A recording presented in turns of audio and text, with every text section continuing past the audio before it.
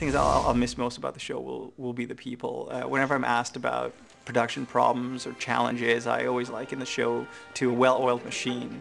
And really that machine is made up of individuals who are so damn good at what they do, and it's just been a real pleasure to work with. So I guess just coming in and not seeing these people who, for the past 5 years, I've spent more time with than my wife is kind of sad.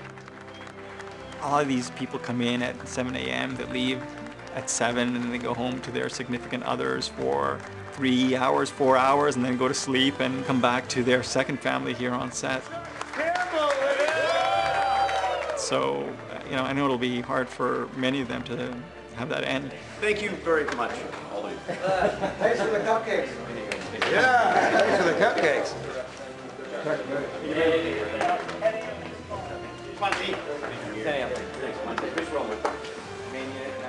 What will I miss most about David? Again, the sense of humor. Come on, guys.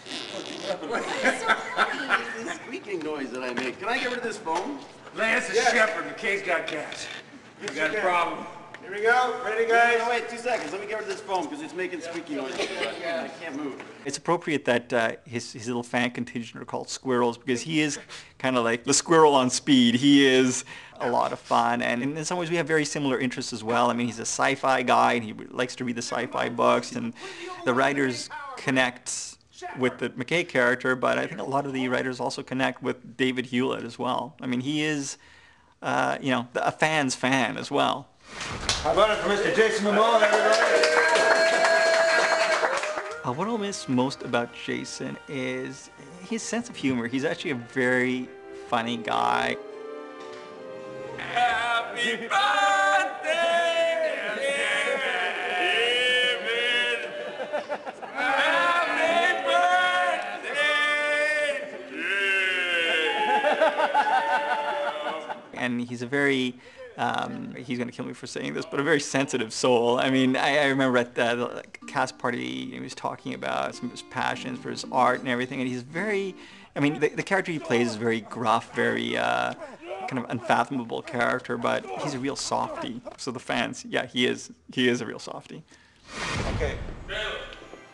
So there would just be enough of a pause. Now the next two guys are starting to come up. Rachel, I guess much like Jason, she is a sweetheart. Unlike Jason, who is very different from the character he plays, Rachel is very similar to the character she plays. Just a sweetheart, but very strong-willed and just a pleasure to work with.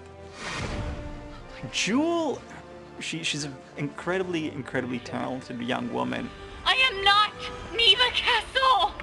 And we'd cast her early, I think in season 2, and she was in full Wraith prosthetics. So when we had the opportunity to cast a doctor, we said, well, what about Jewel? We brought her in, and she has not disappointed. And she just has a way, it's very similar to Bob Picardo.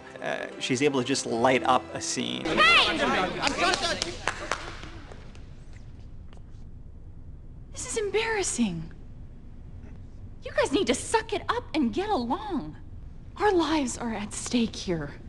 I will miss that Jewel magic. I love you. Just wanted you to know.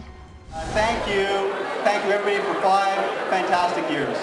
To the fans who were upset, I would say I empathize. I use the word empathize and not sympathize, because I know exactly how you feel. I mean, it's disappointing for a lot of us who worked on the show, who were looking forward to continuing to work on the show.